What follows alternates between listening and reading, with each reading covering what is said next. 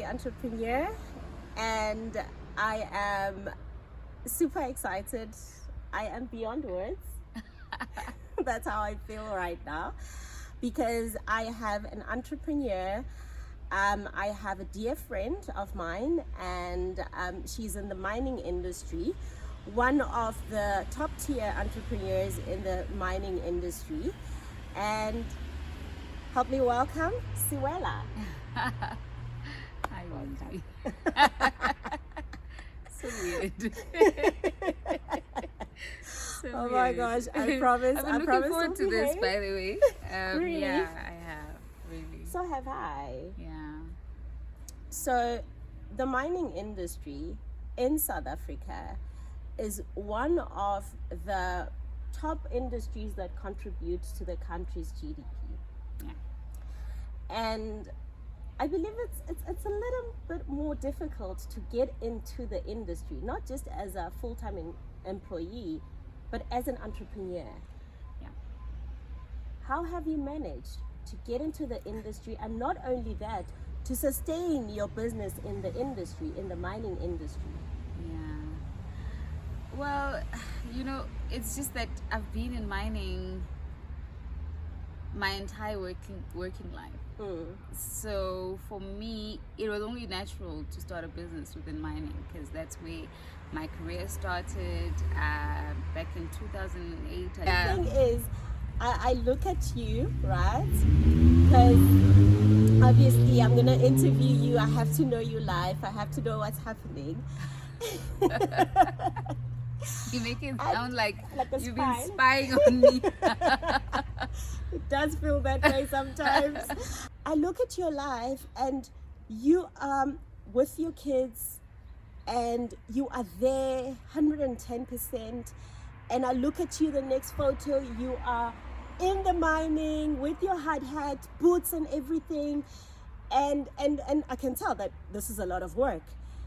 And I'm just like, for women especially, there's sort of like a narrative. I don't know whether it's in South Africa, where it's either or. It's either you're a businesswoman or a family woman, but you cannot hold it both, and or maybe a career woman. And for you to do this so gracefully, I have so much respect for you. Jeez, I never really pictured myself as one who's able to really do it all. Okay. I guess it just happened. It just happened that, first of all, I never saw myself ever being married. Really? But my entire family never thought that I would be marriage material, if there is such a thing. Because if anything, yeah, I am not marriage material. Wait, my dad used to look at me and say, are you a girl or are you a boy? And I think even after 2 kids, he still thinks, oh my gosh, is she a girl or a boy? But anyway. So it's similar even with myself. I think people have preconceived ideas in terms of how to be and how to act as a woman. And I've always been that kind of a black sheep in the family, where if everyone says we're going left, I go right type of thing. Okay. And I guess that's how I got into entrepreneurship. When I was in high school, I just didn't get the point of the whole system, in terms of having to get a matric, go to university, get a job. I always questioned such things. Really? And did it not feel like you were being rebellious when you were questioning? Well, some felt that I was being rebellious. Even friends, teachers, and so forth felt that I was being rebellious. But because of the kind of mother that I had at the time, she was always my number one supporter. So she was the one that would say, always jump. my number one. She'd always be my number one supporter. Like, as long as she always listened to what I have to say, and not what other people have, what other people's expectations of me are. So your mindset was sort of encouraged by your mother. It did My not... upbringing had a lot to do with it. It had a lot to do with it, because my mom was just not the kind of person that really cares about looking a certain way or coming across a certain way or about appearances. Yes, of course, you tell me if you don't look good, for example, and you're going into a public space. Yeah. What's up with you? You need to be presentable, you know. But it was always about you. It was always about me. It was never about how other people perceive me, but it was rather about how I feel about myself. So yeah, I mean, I appreciate that really more than anything. And I think mothers to girl child, I'm not sure about boy child, you know, Yeah. but they play a huge role in shaping our mindset and our view of the world. How do you feel now being able to impart your knowledge as a woman to your young ones? Sure. I guess more than anything, kids do what you do. They don't listen to what you say. Okay. So for me, it's never been a thing of I have to teach them how to run a business. I have to teach them the challenges of business. I have to teach them the challenges that come with waking up every day with no sense of really security to say at the end of the month there will be something to put on the table. They are a product of the daily life of an entrepreneur. They see it, they live it. They see it, they live it. They see the struggles, they see the wins, they see the highs, they see the lows. There's not much that I need to say. You know what I mean? For them to be able to say, when they're old and they choose to follow the same route, they can say, my mom did it. She didn't have this. She didn't have the comfort of that. She didn't come from a family where she was able to get investment into a business or whatsoever, and she made it work. She's passed on the baton without having to really think about it. And with that, it gives me, I mean, it always gives them an upper hand in that way, because had I grown up in a household where I was able to see a parent or a sister or a brother being able to go out there and really make things work no matter what the circumstances are, it would actually make my journey easier, because mentally I would be prepared for certain things. So, I hear you. Yeah. Wow. And preparation. Okay, so you're in high school and you're questioning things. You're questioning why do we have to go through matric in order for us to start making money, or to, you know, at what point? So after matric you go to varsity, right? Now I'm gonna tell you something that is absolutely going to shock you, because I think you never knew. Okay. I'm a high school dropout. Are you serious? For real. I'm a high school dropout, and I'll explain to you how that came about. Wow. Yeah. Okay, and just as you're sharing your story, right? I'm a master's degree graduate. Yeah. And I'm saying, of course, we know that. Just kidding. Oh my gosh, this is so much fun. And I'm saying this because with all the certificates, when everybody looks at me like, oh, you've done so well, I would look at the certificates and saying, they're not equivalent. They're not equivalent. Right. They are not. Like I would lose even the words just to say, but I've got all these certificates, yet they are not realizing what I thought they would. Absolutely. They're not equating money in my bag. Absolutely. They are not. And it used to boggle me. It still does. I think what boggles me the most when it comes to our education system is that, unfortunately, the way that it has been created, you can't pass it on. Okay, maybe say that again. The way that our education has been created is that the certificate is yours. It's yours. It's in your ID number. You cannot pass it on. We say it's an investment, but it's not something that you can pass on. You can't give your education to your children and say, I've started this, I've built this, carry on. I hear you. which is shocking when you think about it. It is. And most of us are indebted to education, because we don't have the money. When you get to varsity, you get funding, which you have to pay back later, and yet it's not a legacy in a way that we can pass it on. And it has no guarantees.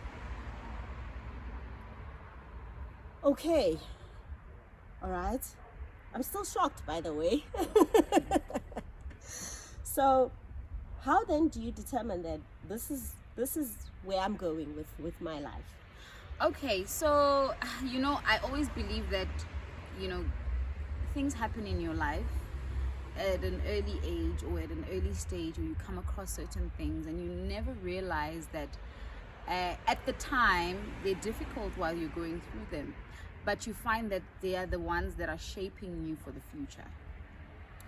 So when I dropped out of high school, which is not something that I recommend, it was not by choice. Okay. And it was not because I thought that I'm challenging the status quo, whatever the case may be. But after 2 years of high school, I was depressed. Mental health issues made me realize that I was in the wrong place. Wow. We were at a young age. We are the same age. So I'm thinking at our when we were not educated about mental health. There was no such a thing then. It was never really a thing. It's either you needed to see a traditional healer, or you needed umfundisi to put you in akupapatise. Yeah. But there wasn't a light on what mental health is. Yeah, and I was depressed. I know now what depression is, because I can reference it to what I was going through back then. And I don't know if other people felt the same or feel the same way that I felt then. But at the tender age of 16, days would go by and I wouldn't know what day of the week it was. I felt numb. I couldn't relate or talk to anyone. I felt numb. I felt like my body was there, but my mind was somewhere else, in a deep and dark place where nobody had access to it. And that's what I felt. But fortunately enough, I told my mom, I need to get out of this place, because that was the source of my depression. I told her I need to get out of this place, and it's not something that I talk about very often. But I know my siblings know what I was going through, because those were the people that were there. And I said, you know what? I told my mom, I said, I need to leave this place, because I just can't cope. Before I decide to do something that I shouldn't do, I need to get out of this place. And I mean, months leading up to that, I had been, trying to experiment with overdosing on, some of the prescription tablets that we had at home, because I was depressed. So my mom said to me, okay, so if this is what you want to do, give me alternatives. Okay. Show me a picture. What is your plan? Yes, we can do that, but you need to have a plan. And so that's how I got into the TVET route. Okay. So I went to a college not far from where we were staying at the time, and I enrolled, and they were willing to take me with a grade 9 certificate. Yes. And that was that. Wow. So you start your route now with vocational training, right? Yeah. Okay. And you find it fun? Not necessarily. You must understand what comes with being a dropout. What comes with being a dropout is the mental awakening of saying, well, I am a quitter, right? You're a quitter. That's the first thing. Secondly, you've got all of your friends putting you in this box saying you're not going to amount to anything, because you're doing something that is foreign to them. If you don't have a matric, you basically That's it. You're done for life. Yeah. So you have to deal with that. So when I went into the TVET route, fortunately, because I was always technical, I mean, we grew up in a family of girls only. So in terms of the handiwork at home, I was always the one to call. I've always been technical. So hence I go back to saying, you know, some things happen in your life, not necessarily because you planned things to work out that way, but God knows your route. He knows what he has ahead of you, and he prepares you in that fashion. But when it's happening, it's painful, it's terrifying. And don't you think now? Maybe just to finish off on this is that, so when I went there, I had that mentality that no matter what happens, I'm going to see this through. Okay. Yeah. Okay. Yeah. All right. Now I always, okay, so I was watching this Netflix episode on the tennis players. I can't remember what it's called, but there's this one tennis player that is it Naomi Osaka? No, it wasn't. Okay. It was another one, and they are doing the, what is this thing called? We'll have to cut this because I can't remember all the the Grand Slam and the whatnot and the US Open, Australian something. Yeah. But he does things differently, right? Yeah, I've watched that. You have yeah, you? Yeah. And I love those reality shows where it's all about, I watch all the reality shows and the documentaries rather about sports. Because here I am looking at this character and he says, I don't train as much as, and everyone is worried even in when they are watching him. Okay, fine, he does have episodes of, you know, just like wanting to throw everything away and whatnot. And he's aware of that, of his mood swings and inability to handle he just doesn't do things like a normal athlete would, but he's extremely talented. But here's the thing, I'm watching and I'm looking at my assumptions, right? I'm watching at this thing and I'm going back to me because I'm already saying he won't make it in this match. He's going to fail. You have to practice. Tennis is an intense conditioning. Sport. You know, I'm going through all the things, all the reasons why this person will not make it. And because now I'm aware of all, you know, these things, assumptions, you know, like I'm thinking, what have you done in life that and maybe how have you looked at other people that do things differently and give them a stamp of they're not going to make it just because they don't do things how you do things. Absolutely.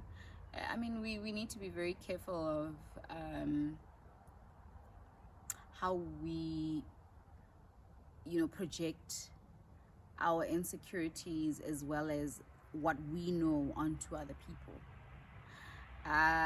Something really, really important that I was actually reading on LinkedIn. I think it was this morning or yesterday, I can't remember clearly. And this gentleman said, he once interviewed me, I just forgot his name. And he's American and he does coaching, entrepreneurship coaching. And he said something very important. He said, when you're an entrepreneur, you need to be willing to learn, unlearn, and relearn. And the most important one is to unlearn, because things are not always black and white. Most of the time they're not, absolutely not. And funny enough, in life, the people that we normally think are not going to be the exemplary, the degree that we think is going to make us millionaires, the lifestyle in which is maybe shunned upon, you find that over time, those are the people, because they're able to stick to who they are and what they believe, they're the ones that are able to actually make the most out of their circumstances. And naturally, because there's nothing that can be more purposeful than someone who knows their why. Definitely. Do you get it? I get it. Because a lot of the time when we do things according to what society expects, we don't know our why. Because our why is in the wrong place. Our why is in pleasing others instead of yourself. as you're talking about the why, I remember there's this quote that says, person that knows why will always be the most paid than the person that knows how. Absolutely. And for me, it's like every time when I do something, I'm like, why am I doing this? Absolutely. You know, and it takes for that sort of mindset to flourish, it takes you to be in a certain environment as well that allows for entrepreneurs know, they know why. Not all of them. Not all of them. But the ones that are there to stay know why. What does it take to stay? Ha!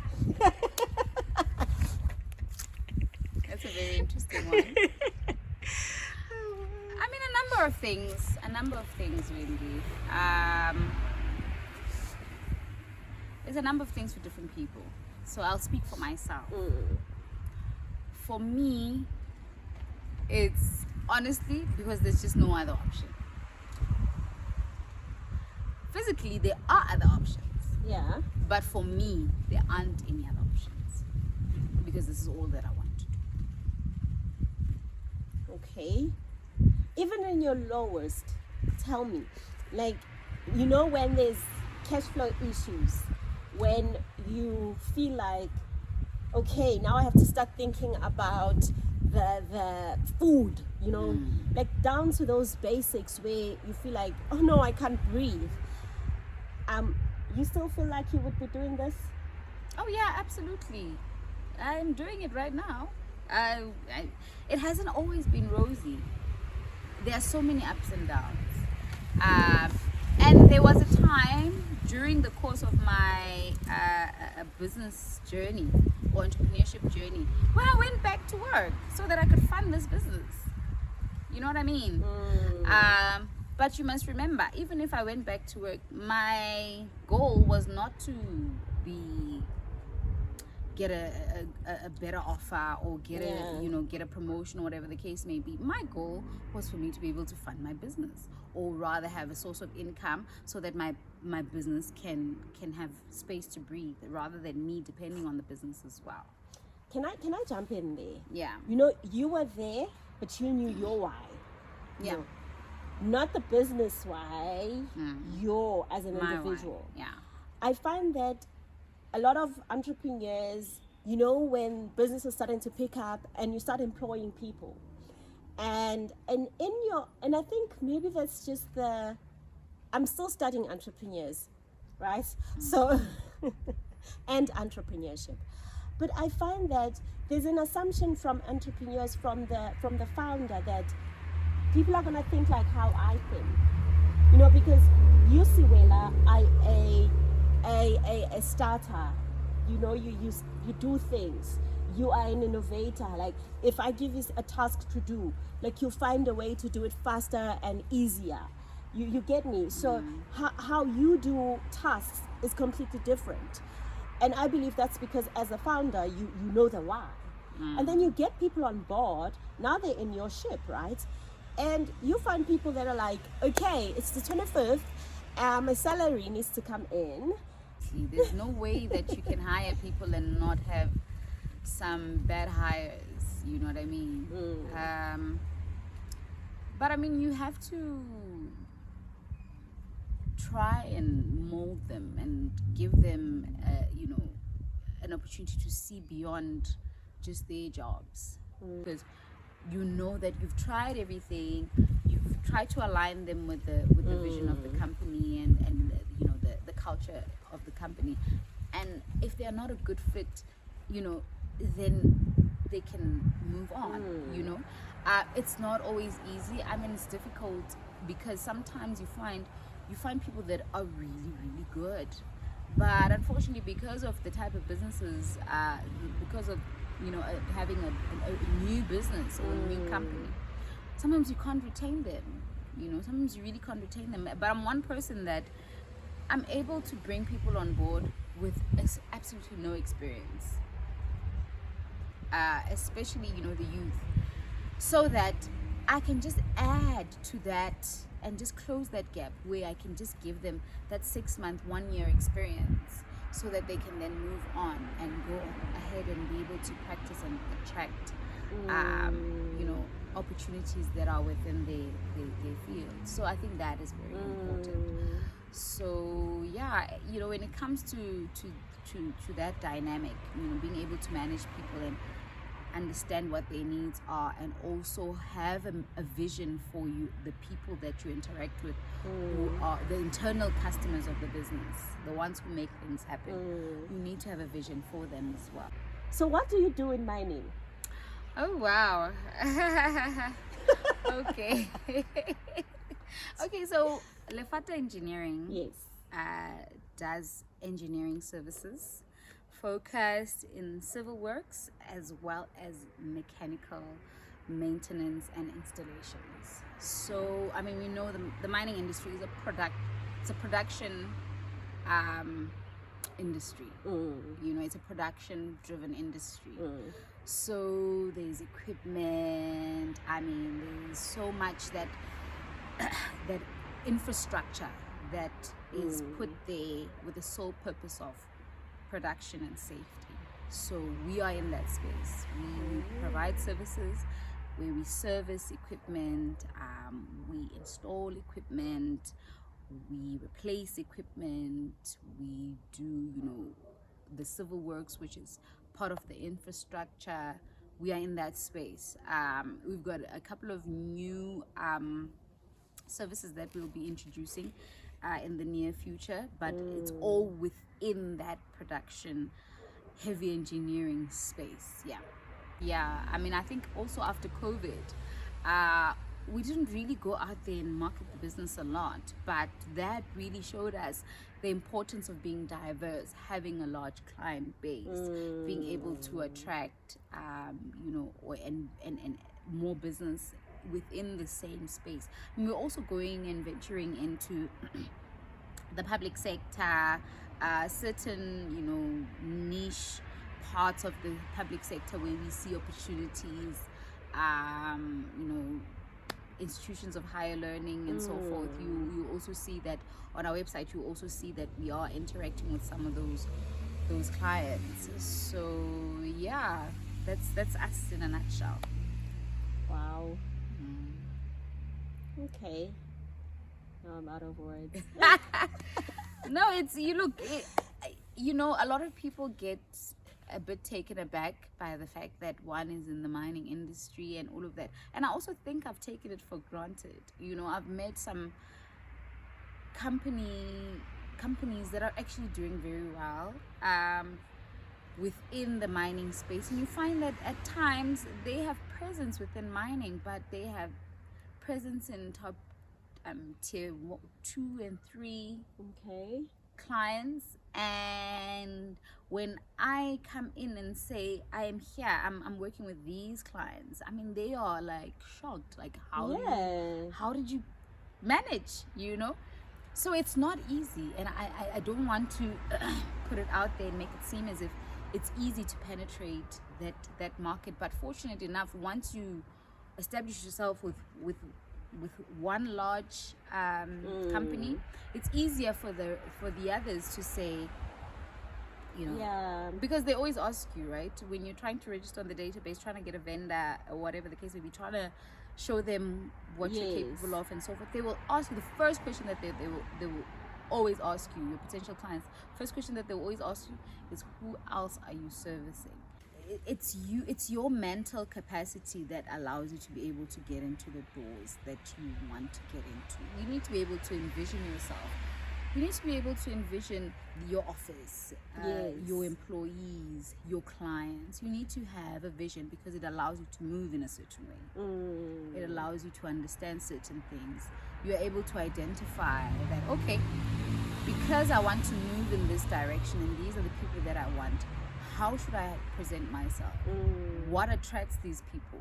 Who else are they working with? What are those people doing? And then that's what you move in that direction. Yeah. So you sort of study your environment. Yeah, absolutely. Of what the environment is and who the big players are. Absolutely.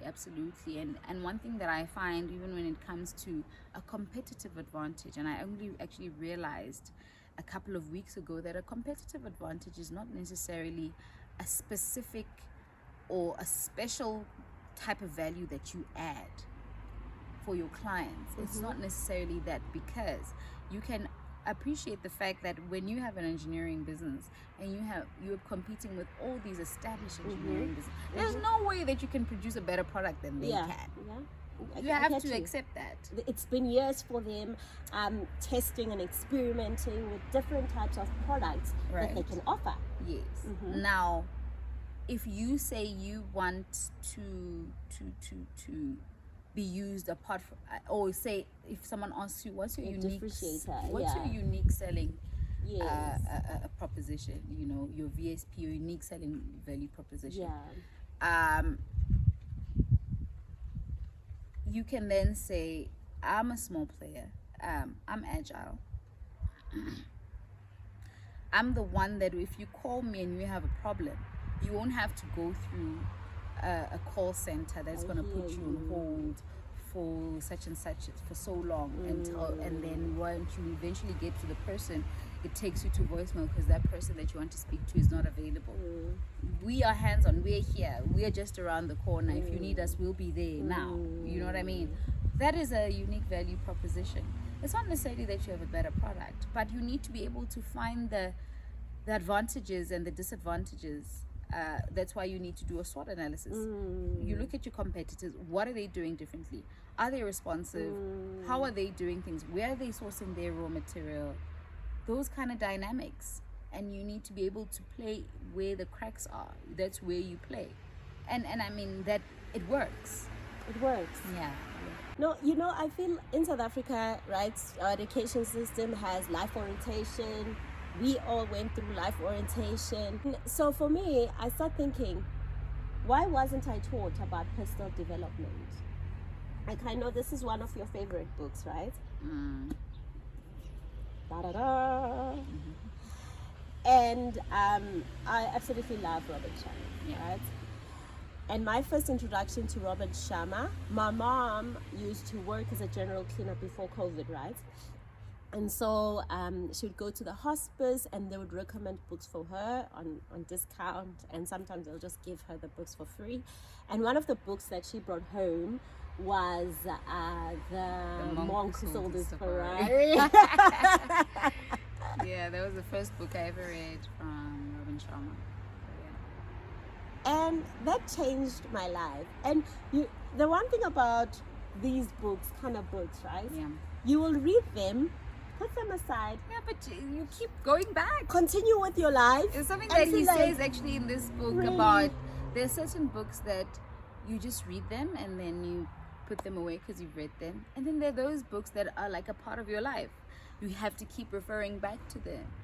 You need to savor them and they're always relevant, you know, and his books are that way. And so I read it and I put it on the side. Life goes on, challenges, yay, you know. And I went back to the book and started reading it again. And that's the only time I said, wait, this is not just any book.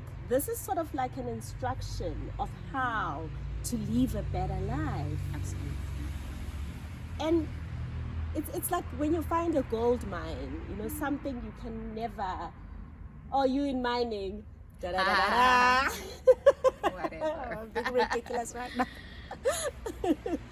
But it's like finding a gold mine that you never let go of, because like I've got notes everywhere, notebooks, journals where I write. And some of the things that in the 7 Steps of Awakening, in the Monk Who Sold His Ferrari, he talks about writing your obituary. Yeah. Oh, he loves talking about death. I love that. They say always keep the end in mind. He's an example of that. Oh my gosh. Yeah. But don't you love how consistent he is though? Very. Like the mantras. I mean, I learned about meditating from him. I've learned so much about, you know, being physically active. He says it a lot even now that he's a little bit older, that, you know, he's got so much energy to be able to actually do activities with his kids who are now older, being able to keep that energy. I mean, when you go by some of his principles and you see it manifest, his life manifest the way that it has, you know that you can't go wrong. Absolutely. Because, I mean, just if you just take some of the things that he says, I mean, so many things about discipline, about, your physical, mental, and emotional, as well as spiritual well-being. The way that you interact with others, the respect and the love that you should show to your family, how to master your trade, whatever it is that you do, how to become a master, the best time to do it. I mean, and I love how he always gives instructions. So he always makes things very practical and very easy to follow. He always has those diagrams where he says, this is what you need to do. This is how you should, this is how you should structure the way that you do things. I mean, I think I read this book the first time I read it. I actually bought it during COVID, and I never read it. And I read it. I read it last year, towards the end of last year, and I read it. And then there's a part where he says, make a list of all the things that you want to focus on in the following year. All the things that you want to achieve, all of your goals. And that's exactly what I did. And hence you see me being able to do your 20-kilometer runs and so forth, because I had never thought I could do more than 8 kilometers. If I did 10, it would be like mind-boggling. And I see her, right, being such a show off. The night before, she'll be like, who wants to go for a run? And because I always see those 3 hours run, and I'm like, not me.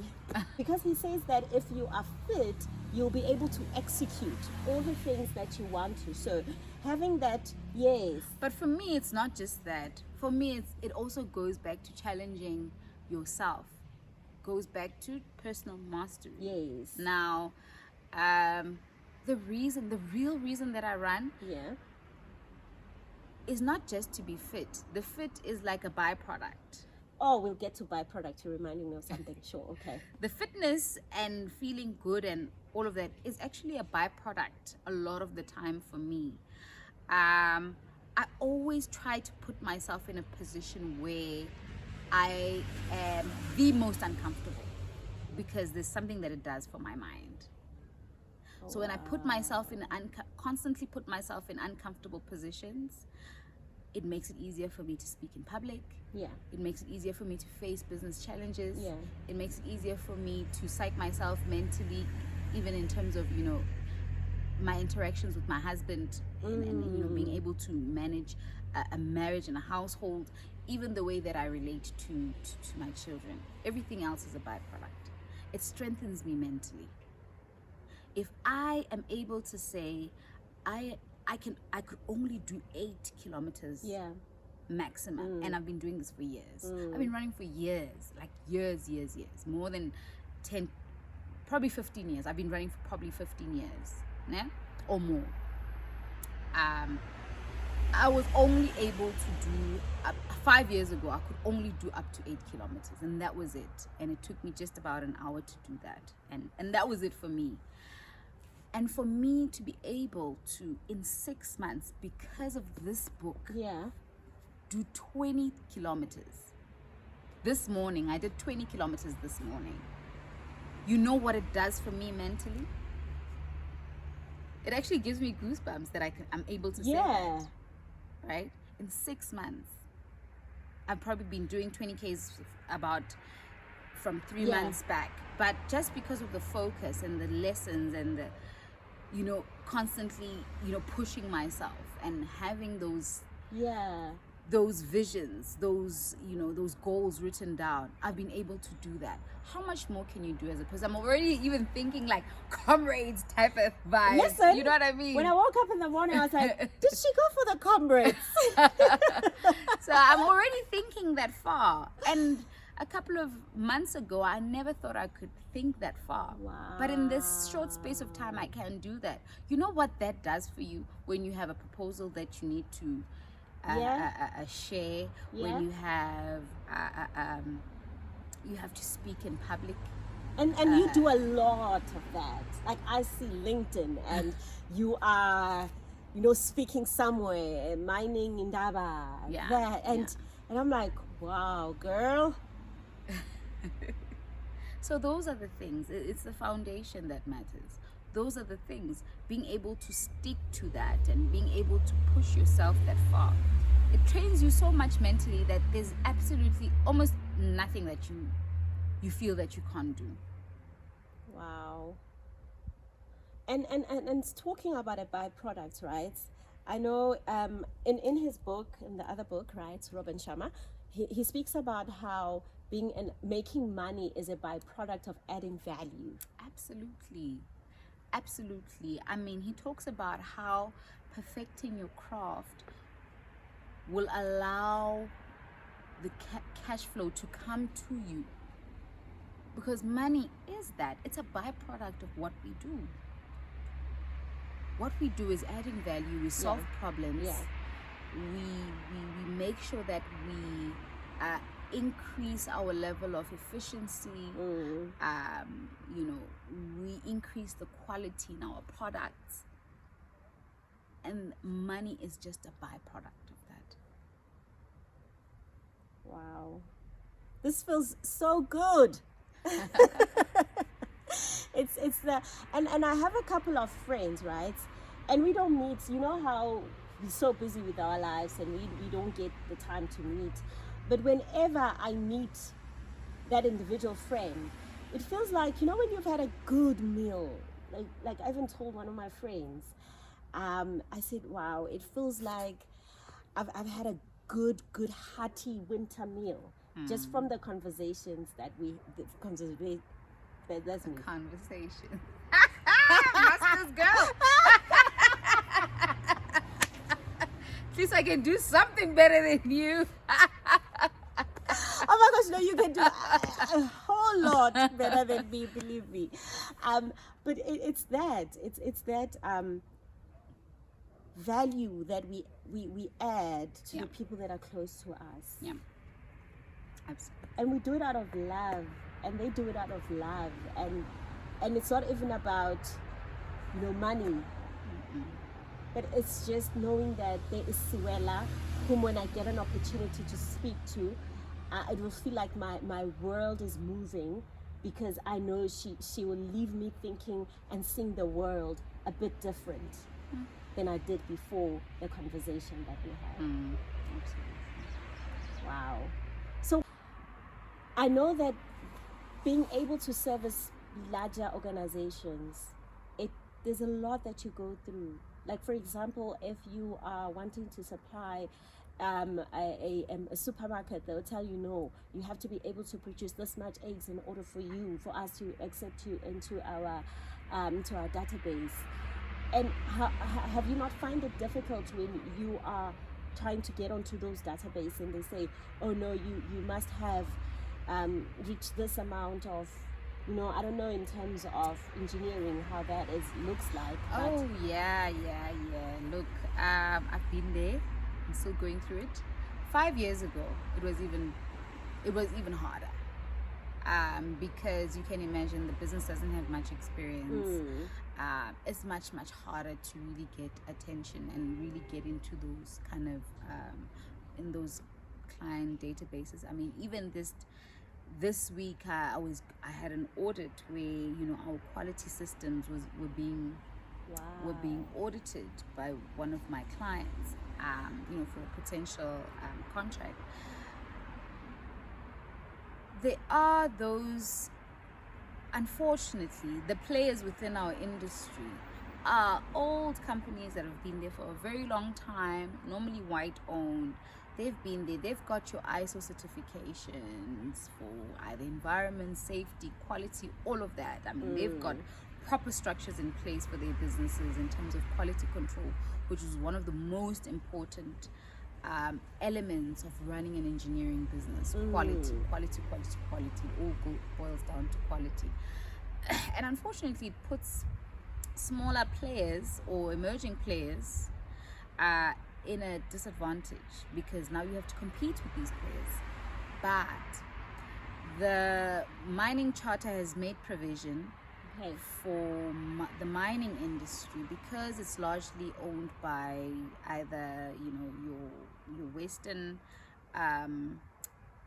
Western companies, or those normally our mines are owned by either people sitting in London, in the US, and so forth. The mining charter provides for those mining houses to have a focus on the local entrepreneurs, which means black-owned businesses, previously disadvantaged, as well as just the ones that are surrounding the mining operation. And with that comes a level of advantage for businesses like mine. Where even though we may not have all the requirements, but because in order for those mines to be able to keep trading, they need to be able to either allow us to develop, or they can just start bringing us into their systems and making us understand their requirements and allowing us to grow, or have those technical partners who will work with us, we'll be under their wing, they will show us the ropes, they will help us to put all those processes and systems in place. So that does really help a lot. And one thing for sure, it doesn't really matter which industry you want to get into. If you are focused and determined, you will do it. But there are problems, there are even more opportunities. I think that's what's important. What would you like to say to my English today is not Englishing. What would you like to say to an aspiring entrepreneur? I'm gonna say something that is, maybe it's been oversaid, it's a bit cliche, but you have to believe in yourself. You have to believe in your ability to make things happen. Even if nobody else believes in you, you need to be able to say, hold on, I actually do have something to offer. That's the first thing. Secondly, I can say equip yourself, knowledge is power. There's so much free education out there. I mean, I think now, because we are in the information age, you don't necessarily have to do formal education to be able to be educated.